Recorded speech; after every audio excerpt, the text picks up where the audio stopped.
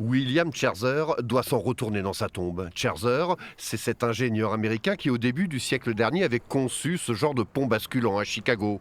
En 1927, c'est La Rochelle qui décide d'en installer un devant le bassin des Chalutiers, une merveille de technologie. Et puis, 100 ans plus tard, des travaux de restauration de plus d'1 million d'euros et des pannes à répétition. La loose, quoi. C'est une perte de temps pour nous, au niveau de mon logement et de mon travail. Puis celui-ci aussi, de temps en temps, il est élevé, donc ça nous bloque complètement des fois. C'est pénible.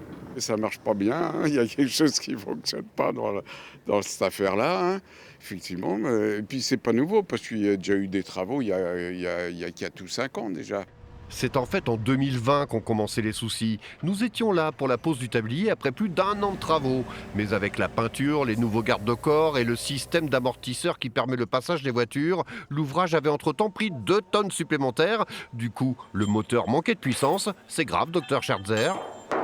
La solution technique, elle est tout simplement de retravailler ces pièces en fait, pour les réaliser dans des matériaux plus légers, type aluminium. La question en fait, qui vient souvent et que j'entrevois déjà, c'est mais pour combien de temps il y en a? En ce moment, vous le savez, dès qu'on parle d'aluminium par exemple, et sur des pièces façonnées sur mesure, ça peut prendre quelques grosses semaines, peut-être plusieurs mois, avant qu'on ait exactement ces pièces-là. En attendant, piétons et cyclistes pourront emprunter le pont du Gabu, les voitures non. Les bateaux, eux, auront 2 ouvertures par marée. Et puis, après viendra le tour de la passerelle vers l'aquarium, encore une histoire de pont.